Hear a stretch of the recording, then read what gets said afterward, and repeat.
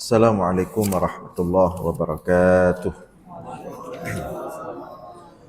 Alhamdulillahilladzi bi ni'matihi tatimmus shalihat wa bi fadlihi tatanazzalul khairat wal barakat wa bi taufiqihi tatahaqqaqul maqasid wal ghayat. Allahumma salli wa sallim wa barik ala sayyidina wa maulana Muhammad wa ala alihi wa sahbihi ajma'in, amma ba'd. Hadirin jamaah sekalian yang dimuliakan Allah, kembali kita lanjutkan kajian kita sebagaimana biasa. Masih lanjutan pembahasan tentang ghurur, orang-orang yang tertipu dengan dirinya sendiri. Kemarin terakhir contoh golongan kedua daripada orang-orang yang maghrur atau yang tertipu, yaitu orang-orang yang berbuat maksiat dari kalangan orang-orang beriman. Jadi orang-orang berbuat maksiat daripada orang-orang beriman. Jadi contoh yang kedua ini adalah orang-orang yang beriman. Yang pertama sebelumnya yaitu orang-orang yang tidak beriman atau orang kafir. Bentuk-bentuk ghururnya mereka yang kemudian menyebabkan mereka terus berada dalam kekafiran. Nah, yang kedua yaitu orang-orang beriman yang maghrur. Artinya ini posisi kita bahwa kita bisa saja termasuk orang yang maghrur. Artinya mungkin kita selama ini menganggap diri sudah baik, sudah pas, sudah sempurna, ternyata kita ditertawakan oleh diri kita sendiri atau oleh syaitan. Artinya kita bisa saja termasuk orang yang maghrur. Ternyata belum betul-betul baik. Masih banyak kekurangan yang harus kita perbaiki.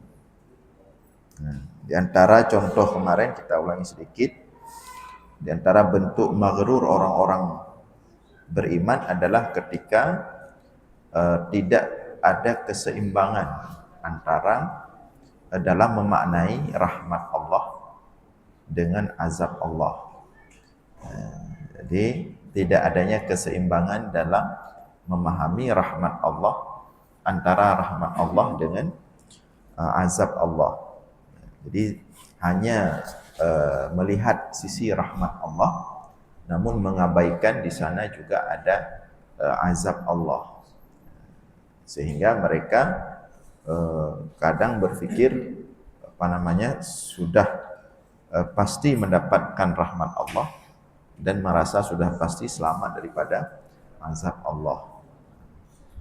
Sebagian ulama salaf mengatakan siapapun yang merasa diri aman daripada api neraka, maka dia orang yang tertipu. Jadi kalau seseorang sudah menganggap diri tidak lagi takut kepada neraka, itu berarti dia maghrur.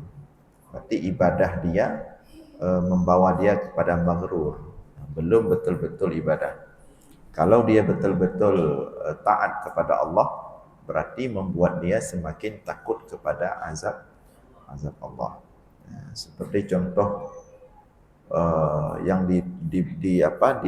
yang kita lihat dari para sahabat, para tabi'in, tabi'in, takutnya mereka kepada azab Allah itu ada yang sampai meninggal ketika membaca ayat-ayat tentang azab. Jadi ketika mereka membaca ayat-ayat tentang azab dalam salat, kemudian mereka bergetar dan meninggal. Jadi begitu takutnya mereka kepada azab Allah. Padahal mereka orang-orang yang saleh, orang-orang yang tiada tandingannya kesalehannya dibandingkan kita. Tapi kesalehan mereka, makin mereka saleh, makin mereka takut kepada azab Allah. Berbeda dengan orang hari ini kadang-kadang sebagian. Nah, makin dia taat, justru dia makin tidak takut kepada azab Allah. Nah, ini disebabkan apa? Disebabkan ketidakseimbangan dalam dia memahami rahmat Allah, antara rahmat Allah dengan azab Allah. Nah, ini contoh maghrur di kalangan orang-orang beriman. Jadi kalau kita selama ini hanya berpikir rahmat-rahmat Allah saja tanpa pernah merasa takut kepada azab Allah, berarti kita itu maghrur. Jadi artinya kita perlu melihat kembali ancaman-ancaman Allah. Perlu kita melihat kembali gambaran azab dalam neraka. Perlu kita lihat kembali bagaimana hadis-hadis yang berbicara bentuk-bentuk azab dalam neraka itu untuk pelaku-pelaku maksiat. Sehingga makanya Allah memerintahkan Jibril menyampaikan kepada Rasulullah bahwa ada di antara umat Rasulullah, umat Nabi Muhammad yang akan masuk dalam neraka. Artinya ini untuk agar tidak maghrur. Jadi jangan mentang-mentang umat Nabi Muhammad kemudian langsung merasa aman daripada azab neraka. Rasulullah memerintahkan Jibril untuk sampaikan kepada Rasulullah tentang tingkatan neraka.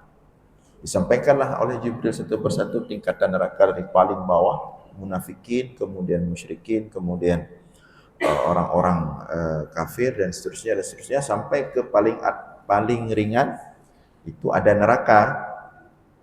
Yang kemudian Jibril ketika itu tidak menyampaikan isi neraka itu siapa. Maka Rasulullah memaksa bertanya siapa isi neraka yang paling ringan itu memang.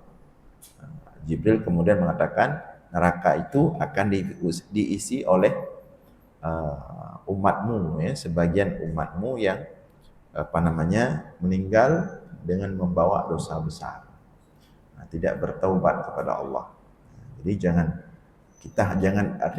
kita jangan hanya berpikir bahwa neraka itu untuk orang kafir, tidak beriman saja, untuk orang-orang munafik saja, untuk orang-orang musyrik saja. Tidak. Allah juga buat neraka untuk orang-orang beriman. Jadi iman itu tidak langsung kemudian serta-merta otomatis menyelamatkan seseorang daripada neraka, tidak. Bisa saja dia akan masuk dalam neraka dulu. Walaupun ujung-ujungnya namanya orang beriman tetap masuk surga. Cuman masalahnya masuk neraka itu kan bukan seperti sebentar saja duduk di mana begitu. Masuk neraka itu walaupun sesaat, satu hari saja misalnya kita diputuskan masuk neraka, satu hari di dunia, satu hari di akhirat itu sama dengan 1000 tahun di dunia. Itu lamanya satu hari di akhirat. Kalau masuk satu hari misalnya berarti 1000 tahun. Seperti rasa di dunia 1000 tahun. Itu lamanya, belum lagi bentuk azabnya. Rasulullah mengatakan dalam hadis, seandainya memberikan contoh, ya, orang azab neraka paling ringan yaitu orang yang dilemparkan atau dia menginjak batu neraka. Batu itu kerikil neraka, dia menginjak dengan kakinya. Ketika dia menginjak, maka mendidih tubuhnya itu sampai ke otaknya. Itu neraka paling ringan itu. Jadi jangan nanti ada orang berpikir tidak apa-apa sebentar masuk neraka, ujung-ujungnya kan surga juga orang beriman. Berat neraka itu. Neraka paling ringan Rasulullah mengatakan dalam hadis yang lain, kalau dilemparkan batu ke dalam neraka itu paling ringan nerakanya. Kalau dilemparkan batu ke dalamnya, maka batu itu baru jatuh ke dasar neraka paling ringan itu selama 70 tahun. Berarti berapa dalam itu neraka itu? Itu neraka paling ringan. Kalau kita lempar batu, maka untuk jatuh ke dasarnya itu butuh waktu perjalanan batu itu 70 tahun. Jadi neraka itu hak ada, dan azab itu adalah hak ada, dan Allah membuat neraka dan azab itu bukan sia-sia, bukan sekedar omong kosong. Allah membuat neraka, Allah telah mengatur azab itu bukan omong kosong, bukan sekedar menakut-nakuti kemudian tidak ada yang masuk neraka, ada yang masuk neraka. Ada yang akan merasakan azab Allah. Maka kita perlu takut. Jadi jangan kita pikir pembicaraan neraka dan azab itu seperti misalnya seorang ayah menakut-nakuti anaknya. Seorang ayah mengancam anaknya tidak. Maka dikatakan bahwa an-naru haq, neraka itu adalah hak, benar adanya, wajib kita imani. Dan azab itu hak, benar adanya, wajib kita imani. Mulai dari alam barzah, azab itu sudah ada. Azab kubur namanya. Kemudian kalau sudah dari alam barzah sudah mendapatkan azab, maka makin ke depan makin berat. Jadi kita tidak bisa main-main di sini. Jadi jangan sampai kita masuk dalam golongan orang yang maghrur. Kita sudah sampaikan juga kemarin hadis tentang ketika sirat dihamparkan di atas neraka untuk penghuni surga melewatinya sampai ke surga. Sirat itu di atas neraka ditaruh. Maka di situ sebagian ulama mengatakan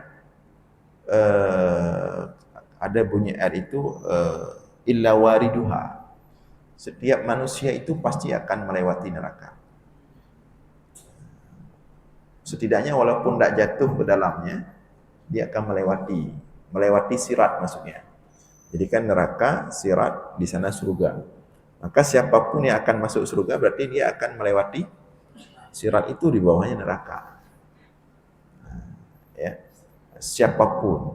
Kalau dia itu amalannya bagus, hatinya bersih, maka ada yang lewat secepat kilat, ada yang lewat secepat kuda, ada yang lewat secepat angin, ada yang lewat secepat dan seterusnya dan seterusnya. Ada yang jatuh dalam neraka. Jadi persoalan neraka dan azab ini bukan persoalan main-main. Ini persoalan serius. Mungkin hanya saja kita kurang saja informasi tentang neraka.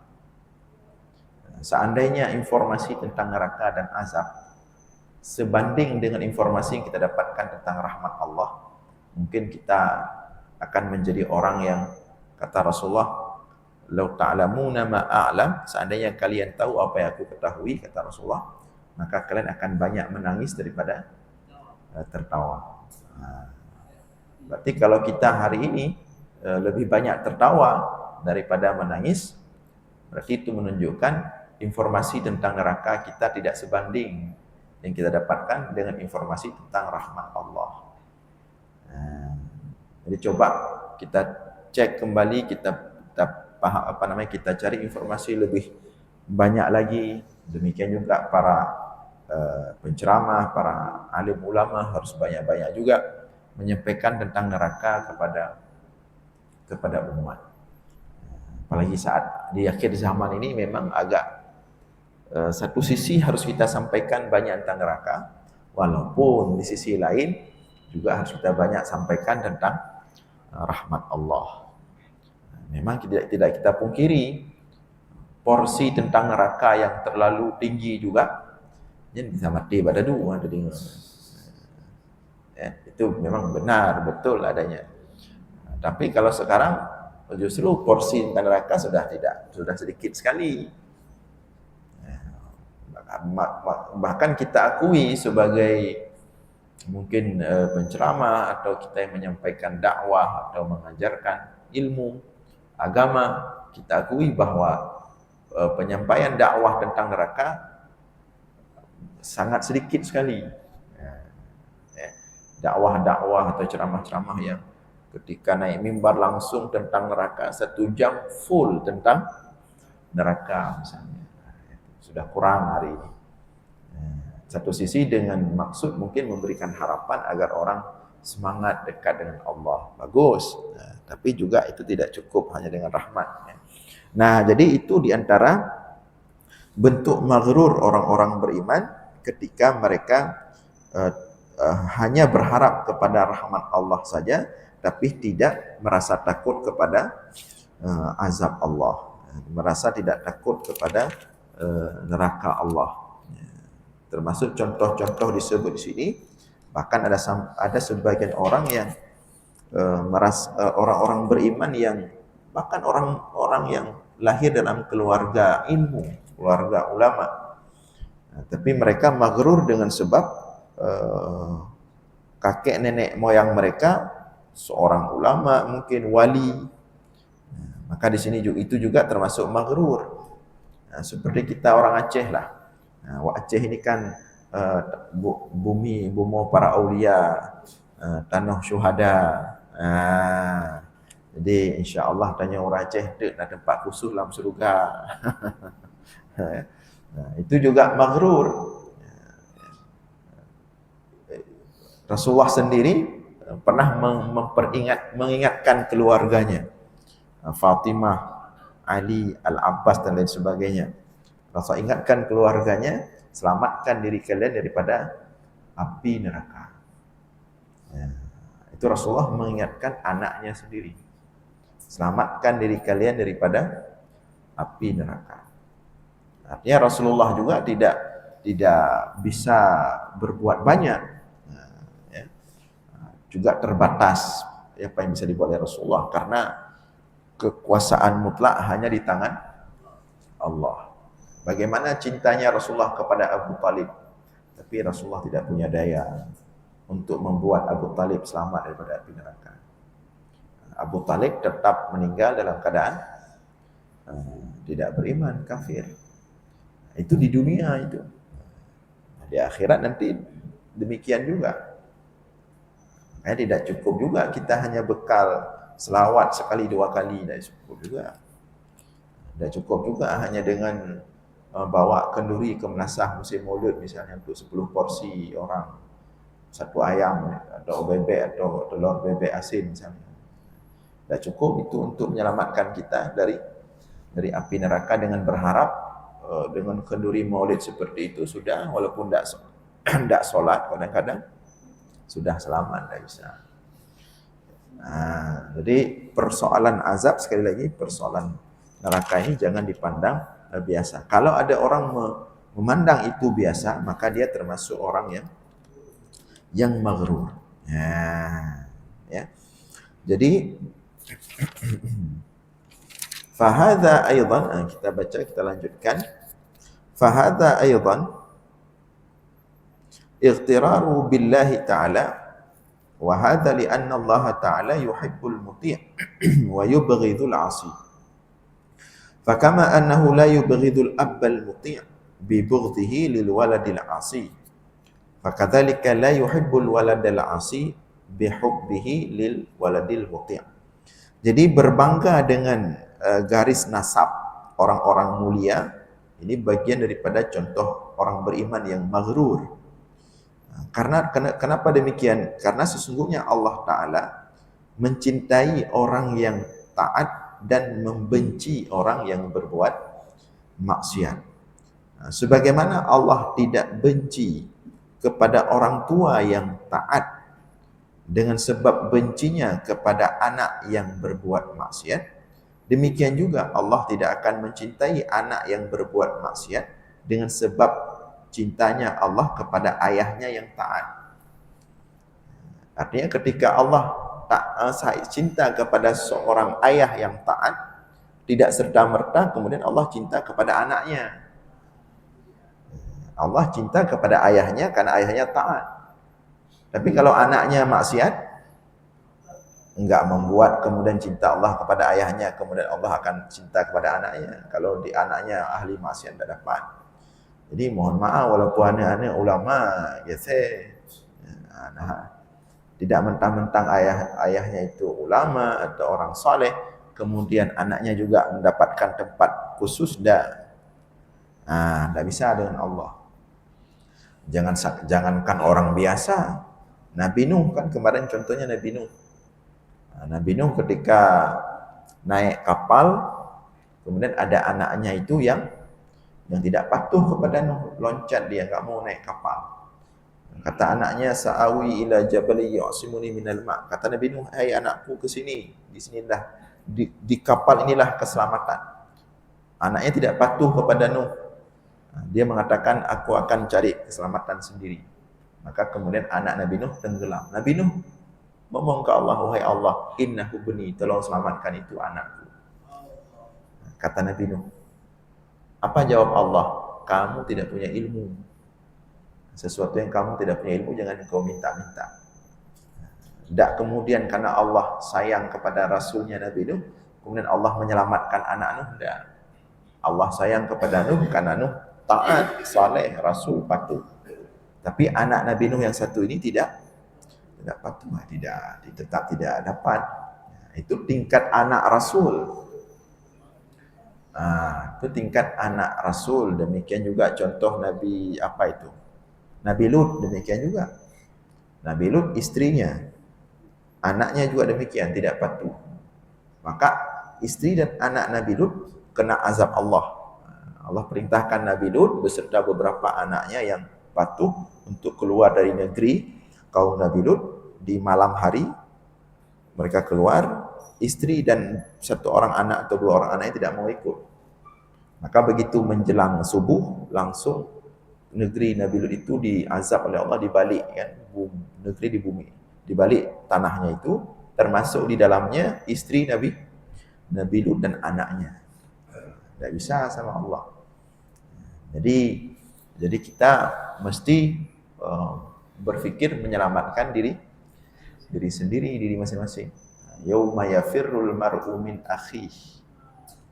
Yauma yafirrul mar'u min akhihi wa ummihi wa abihi wa sahibatihi wa bani. Likulli imri'in minhum yauma idzin sya'nu yughni. Masing-masing. Jadi demikian juga sekarang, ya, masing-masing selamatkan diri daripada api neraka. Jangan juga berharap banyak kepada orang tua atau kepada anak. Masing-masing. Kalau masing-masing itu pasti. Kalau kemudian mendapatkan sedikit, kadang-kadang bisa kita akui ada dalil-dalil namanya syafaat. Alhamdulillah. Tapi yang intinya tetap masing-masing dulu. Jangan berharap nanti sama orang tua, orang tua saya ulama nanti dapat percikan sedikit, mudah-mudahan. Atau demikian juga kadang-kadang pada anak. Oh, anak saya sudah alim, berarti saya sudah aman, sesekali telat subuh tidak apa-apa, sudah ada anak yang soleh. Tidak bisa juga. Nah, jadi tetap intinya yauma yafirrul mar'u min akhihi wa ummihi wa abihi wa sahibatihi wa banihi likulli imri'in minhum yauma idzin sya'nu yughni. Setiap orang nanti di hari akhirat akan disibukkan dengan urusan masing-masing. Apalagi di dunia ini banyak yang tidak terlihat. Artinya begini, di dunia ini berharap boleh, tapi jangan terlalu 100% kepada manusia. Karena banyak yang tidak terlihat. Bukan kita maksudnya bersangka. Mungkin kita melihat seseorang secara zahir di dunia baik, bahkan kita berharap dapat sedikit syafaat dari dia. Itu yang terlihat secara zahir. Begitu di akhirat, awak tengoknya yang gede lam. Jadi jangan berharap banyak di dunia ini sama makhluk. Belum tentu yang zahir kita lihat bagus, sudah betul-betul bagus di dalam pandangan Allah, belum tentu. Maka yang paling pasti adalah perbaiki diri sendiri. Dan berharap juga kebaikan kepada siapapun. Nah, itu diantara contoh tadi ya. Karena kemudian Allah juga walau kana al-hub yasra min al-ab lil walad la aushaka ay yasra al-bughdhu aidan balil haqq. Bahkan kalau kita katakan cinta Allah kepada si ayah dapat menurunkan kepada anaknya cinta Allah tersebut, berarti ya bencinya Allah kepada si ayah seharusnya juga menurunkan benci itu kepada si anak. Tapi kan tidak demikian. Artinya cinta Allah kepada seorang ayah tidak kemudian otomatis turun cinta itu kepada anak si bapak ini, tidak. Demikian juga sebaliknya, maksiat, benci Allah kepada seorang laki-laki tidak kemudian membuat benci Allah kepada dia, menurunkan benci itu kepada anaknya, tidak. Masing-masing menanggung masing-masing. Balil haq, tetapi yang hak adalah alla tazira waziratu wizra ukhra. Tetapi yang hak adalah bahwa tidak akan dipikul dosa seseorang oleh seseorang yang lain. Masing-masing memikul dosa masing-masing. Dan masing-masing akan mendapatkan cinta Allah masing-masing kalau dia betul-betul berhak mendapatkan itu. Sedangkan manusia yang lain itu usaha saja. Usaha. Cuman kita berharap usaha itu berhasil. Tapi tidak pasti, yang pasti tetap masing-masing. Seperti kita orang sama dia. Kita sama dia. Pergi kita sama dia ke orang meninggal. Atau nanti ketika kita meninggal, orang pergi ke kita sama dia. Sama dia baca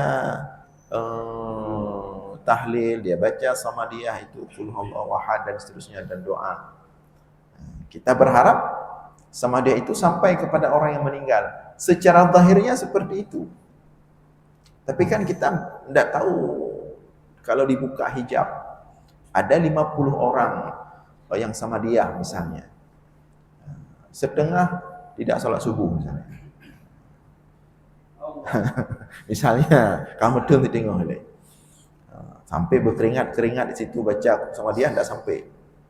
Setengah lagi memang sengaja dari sore dah enggak makan, dia memang target makan, dia pergi sama dia itu. Misalnya kita kan dah tahu. Ya. Kita hanya bisa berharap, hakikatnya hanya Allah yang tahu. Kalau barangkali ada di situ dua orang saleh yang betul-betul bersih hatinya, ikhlas, datang ingin berusaha sebisa mungkin menyelamatkan saudara yang sudah meninggal. Mungkin, mudah-mudahan dapat dia dikabulkan oleh Allah satu orang, dapat ke kita. Tapi kan hakikatnya kita tidak tahu. Kita saja misalnya yang pergi sama dia ini. Nanti bisa kita ukur waktu kita meninggal. Kita sekarang, kita yang pergi sama dia. Datang kita pergi sama dia. Yang pertama yang harus kita ukur, bacaan kita berapa persen betul. Di segi bacaan saja, kira-kira sampai enggak itu ke orang yang meninggal itu? Di segi bacaan. Ya. Kalau salah, dah salah makna, dah pasti enggak jadi ibadah. Justru kalau salahnya fatal, Rasulullah mengatakan rubba qari'il Qur'an wal Qur'an yal'anu. Ada juga banyak orang baca Al-Qur'an justru dilaknat sama Al-Qur'an. 100 orang yang pergi sama dia, 5 orang saja bermasalah bacaannya, maksudnya bermasalah hancur-hancuran. Justru dia telah membawa laknat ke rumah itu. Orang yang meninggal di sana, dikubur di sana, seandainya dia bisa hubungi keluarganya, tolong usir 5 orang itu. Dia baca sama dia, justru mendatangkan laknat malaikat. Laknat Al-Quran, maksud dilaknat sama Al-Quran karena bacaannya berantakan. Itu baru di segi bacaan. Kemudian belum lagi dah dikurangi 10%, tinggal 90 orang. Dari 90 orang, berapa orang yang memahami apa yang dia baca? Berapa orang yang paham apa yang dia baca? Di situ juga walaupun mungkin bisa saja sampai pahala tapi tidak sempurna. Ya. Kalau tidak paham apa yang dibaca. Apakah itu sama dia termasuk doa? Apalagi doa. Pokoknya amin saja. Dari mulai kalau bisa dari bismillah udah amin jamaahnya itu. Karena memang ya. Ketika orang baca a'udzubillahi minasyaitonirrajim, bismillahirrahmanirrahim, alhamdulillahi rabbil alamin, hamdan yuwafi ni'amahu wa yukafi'u mazidah, langsung jamaahnya padahal itu belum amin itu. Ngapain amin di situ? Itu belum doa, itu sedang memuji Allah. Ya. Itu belum lagi, mohon maaf kita dapatkan, jangankan jamaah yang ikut, kadang-kadang kita temukan yang pimpin sama dia saja, bacaannya kadang-kadang tidak pas. Cuman kadang-kadang kita pikir, alah kakuh lah. Ya. Padahal kita tahu itu, kita lihat bacaannya itu salah. Bahkan ada yang sebagian orang baca, yang kita tahu di awal sama di ujung saja. Ya Rabbana lakal hamdu mazidah, amin. Ya. Yang parahnya lagi kita temukan ketika talqin itu. Ada kita temukan ketika talqin itu kita temukan. Saat talqin, mentalkin orang dalam kubur. Ada yang ketika mentalkin orang dalam kubur, dia mentalkinkan orang dalam kubur, salah dia talkinkan. Seandainya orang kubur itu bisa bangun, suruh ganti aja posisinya. Yang talkin orang temang dalam kubur, hana bukan pegah.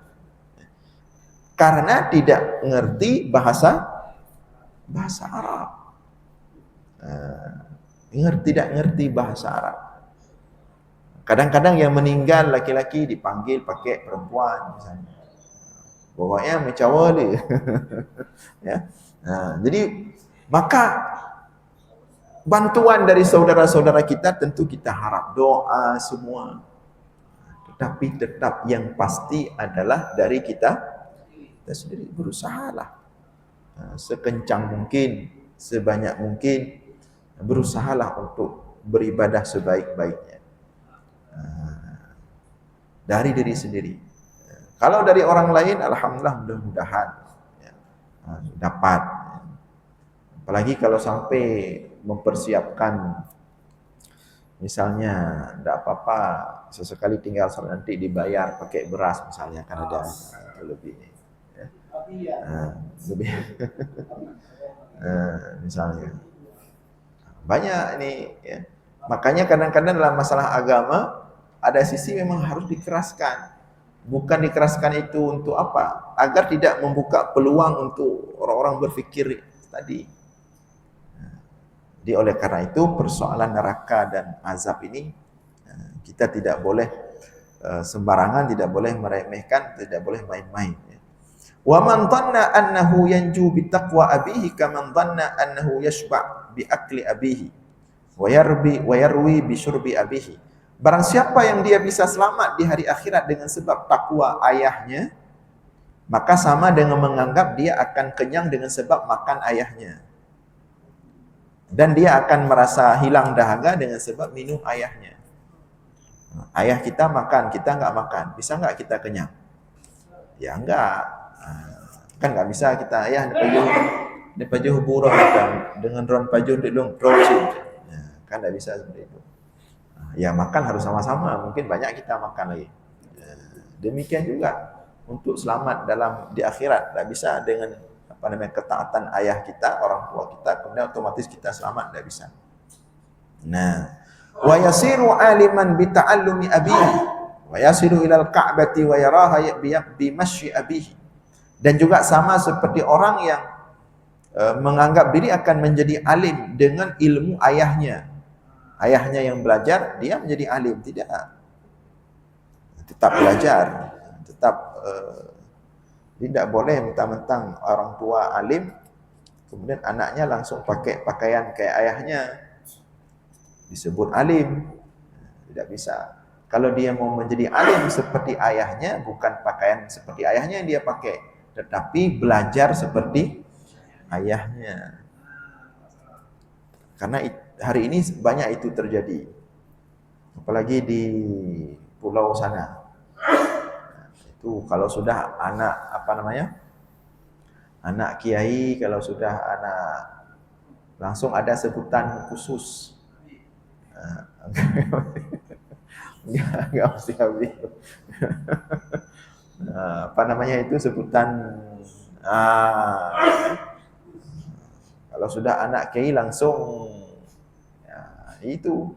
Kalau sudah disebut dengan sebutan itu dalam masyarakat itu sangat cepat itu untuk dicium tangan, dikasih minum, disuruh rajah itu. Apalagi kita mau rajah itu antri itu. Karena anak orang berilmu tadi. Makanya kenapa sebagian ulama sampai mengatakan haram? Ada itu ulama yang mengatakan seperti itu. Haram seseorang memakai pakaian yang dipakai oleh ulama kalau dia bukan ulama. Agar umat tidak salah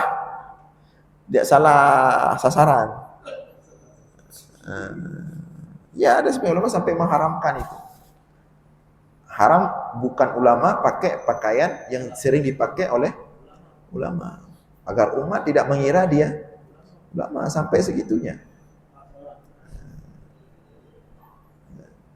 Jadi sampai segitunya untuk kita dijaga tidak mengecohkan umat. Jadi kita ya pakaian kita sesuai saja. Sesuai yang penting. Kalau kira-kira kita belum level ulama ya sesuaikan saja. Kalau subuh sesekali bolehlah nggak nampak orang lagi tidur. Tapi ya karena ada tempat. Kalau kita di Aceh alhamdulillah aman ya. Orang sudah bisa melihat mana betul-betul ulama, mana yang bukan ulama. Tapi ada sebagian tempat di Indonesia ini, kita nggak sebut tempatnya, nggak sebut pulaunya, nggak sebut daerahnya. Itu mereka sangat mudah melabelkan seseorang itu sebagai label ulama. Nah, tempat seperti itu kita nggak boleh bergaya ulama di situ. Begitu kita datang ke situ, pakai baju yang agak itu, kita langsung dicium tangan kita itu. Padahal kita satu tipe juga dengan mereka misalnya. Lebih parah dari mereka. Tapi begitu dilihat pakaian, oh ini Syekh baru pulang dari Arab, 15 tahun di Arab. Padahal kita baru setahun tahu ikut-ikut majlis ilmu, baru taubat juga setahun. Jadi sampai ke titik itu. Makanya kalau kita dapatkan ada orang berilmu, kita lihat orang berilmu dia. Tapi dia nggak pakai pakaian ulama kadang-kadang. Mungkin dia karena itu, dia takut, dia merasa diri belum pantas. Dia takut kalau langsung dia bergaya ulama nanti umat lari ke dia. Dan apalagi kita, masyarakat kita kadang-kadang memahami keulamaan ini agak berat sedikit. Ulama mesti bisa rajah air, bisa anak sakit dibaca langsung sembuh. Begitu sekali dua kali isi pengajian, pokoknya langsung susunan air di depan baca. Nah, maka di sini makanya di Indonesia ini mohon maaf ya, mengambil kesempatan dalam kesempitan ini, dalam keluguan umat ini sangat mudah sekali di Indonesia. Kalau ada orang-orang tidak baik ya, mencari dunia, mengambil kesempatan dengan keluguan umat. Kan umat Indonesia ini kan umatnya lugu-lugu semua, banyak yang lugu-lugu. Maksud banyak lugu tadi dikit-dikit langsung ulah. Ada yang mengambil kesempatan itu. Oh ini orang Indonesia mudah kita ulama-ulamakan diri ya, langsung jadi ulama, dia ulama gadungan. Banyak orang. Kalau di tempat di Arab, di Mesir tidak bisa. Di Mesir orang tidak ada urusan dengan pakaian. Di Mesir seseorang itu baru dianggap ulama setelah dia berbicara. Ketika dia berbicara, dilihat cara dia berbicara, pendalilannya, analisa hukumnya, referensinya. Ini baru. Kalau pakaian tidak lewat di sana, karena di sana orang kerja bangunan pakai pakaian ulama kita di sini juga di sana. Dan di sana, ya nanti bisa dilihat itu, ya, di sana. Bahkan di sana sering kita dapatkan khatib di atas mimbar itu, kalau dia nggak hati-hati, dia nggak bisa pulang tepat waktu dia selesai khutbah Jumat itu. Kalau dia nggak hati-hati, ya, kalau khatib itu sering di samping rumah kami tinggal, nanti bisa ditanya juga sama ustaz-ustaz yang lain yang dari sana. Masjid As-Salam namanya. Di Mesir ada Masjid As-Salam, kami tinggal dekat dari masjid itu. Masjid As-Salam itu termasuk masjid besar lah di sana sedikit ya, untuk tingkat kecamatan. Itu selama 4 tahun saya di sana, itu pengalaman ada beberapa kali itu khatib sedang khutbah ditunjukin sama jamaah. Di sana biasa itu. Di sini kenapa nggak ada seperti itu? Karena nggak fokus, tidur, ngantuk kita. Yang penting bagale mendang beres mau lanjut kerja lagi, kita sibuk banyak kerjaan, nggak sanggup pikir khatib yang pegah-pegah, yang penting bagah mendang kaji. Di sana tidak bisa seperti itu, dah lewat. Kalau begitu khatib itu ada yang keliru dia sampaikan, siap-siap dia turun dari lepasin dia. Pengalaman saya di sana beberapa kali itu di depan mata langsung. Kita menyaksikan di sana ada yang ditunjuk, ada yang langsung, ada yang begitu turun selesai sholat langsung dikerumunin, kemudian diselesaikan sama jamaah langsung. Anda bilang tadi ini, coba dalilnya ini. Maka di sana tidak bisa sembarangan jadi khatib. Kalau kira-kira mau pulang tepat waktu siap Jumat, jangan jadi khatib di sana. Kalau enggak ini. Dan di sana begitu. Bukan enggak ada adab. Karena memang mereka betul-betul menjaga orisinalitas ilmu. Kalau kita kan kadang-kadang gara-gara perasaan enggak enak, orisinalitas ilmu jadi terabaikan. Kita tahu misalnya si yang menyampaikan itu memang sudah salah fatal. Kalau kita kan, karena kita orang Indonesia, orang Melayu, lah hana mangan. Kadang tua bah menaik gede. Kakek tip mesti tuanya yang sampaikan tapi. Padahal kalau kita sampaikan cuman jangan di depan umum misalnya. Kita sampaikan apa kita WA atau di belakang misalnya. Itu justru akan menyelamatkan beliau dan menyelamatkan umat. Jadi begitu. Maka oleh karena itu ya, ingin disampaikan di sini. Jadi fattaqwa fardhu ainin fala yajzi fihi walidun an waladihi syai'an wa kadzal aks. Maka bertakwa kepada Allah adalah fardhu ain, artinya kewajiban setiap orang beriman. Tidak boleh kemudian takwa itu bisa dibagi-bagi dari ayah ke anak. Tidak bisa. Takwa masing-masing. Nah, orang tua mau takwa ya takwa. Anak mau jadi orang bertakwa yang usaha sendiri. Tidak bisa kemudian takwa orang tua kemudian didapati oleh anaknya. Wa kadzal aks, demikian juga sebaliknya. Wa indallahi jazaa'ut taqwa, dan Allah akan membalas takwa itu sesuai dengan kadar masing-masing. Yauma yafirrul mar'u min akhihi wa ummihi wa abihi. Yang tadi kita sampaikan dalilnya. Illa ala sabili syafa'ah liman lam yashtadda ghadabullahi alaihi fayu'dhanu fi syafa'ah lahu kama sabaqa fi kitabil kibri wal ujbi. Illa, kecuali syafaat bisa saja. Tetapi di sini disebutkan Imam Al-Ghazali boleh. Iya betul ada syafaat itu. Syafaat misalnya anak penghafal Al-Quran bisa memberikan syafaat kepada beberapa puluh orang itu, keluarganya, termasuk kepada orang tuanya. Ada syafaat itu, tapi dengan syarat liman lam yastadda ghadabullahi alaihi.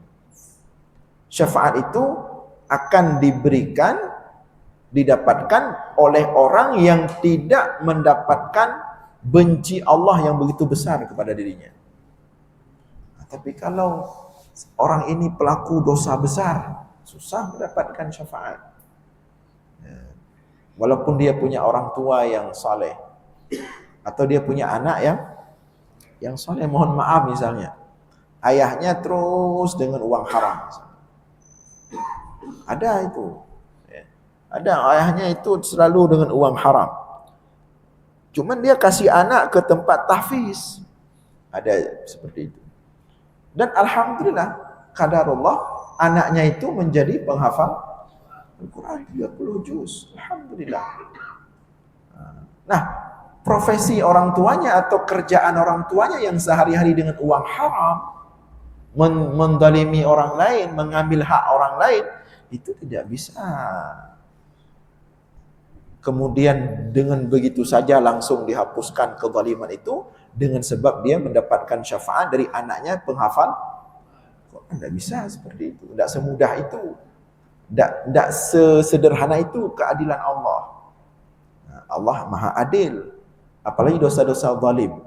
Jangankan syafaat orang tua atau anak yang soleh, Allah saja tidak bisa memaafkan. Allah sudah berjanji untuk dirinya tidak akan memaafkan dosa orang yang menzalimi orang itu. Itu keadilan Allah. Kalau tidak minta maaf, ya tidak bisa dimaafkan oleh Allah. Walaupun ampunan Allah besar sekali. Tapi kalau dosa seorang menzalimi orang lain, tidak bisa Allah maafkan. Bukan Allah tidak bisa maafkan, maksudnya Allah tidak mampu. Bukan. Allah telah menjanjikan kepada dirinya sendiri. Jadi, oleh karena itu, syafaat bisa saja. Syafaat dari orang soleh, syafaat dari sahabat yang soleh, syafaat dari keluarga yang soleh. Tetapi syafaat itu liman lam yashtadda ghadabullahi alaihi, bagi orang yang tidak mendapatkan murka Allah yang besar. Bagi mereka baru fayu'dzanu fi syafa'ah lahu, diberikan syafaat. Kurang-kurang amal, itu boleh dapat syafaat. Misalnya amal kita terbatas, tapi tidak ada dosa-dosa besar misalnya. Cuma alhamdulillah kita selalu hadir ke masjid misalnya. Amal lain tidak banyak-banyak, cuma selalu hadir ke masjid.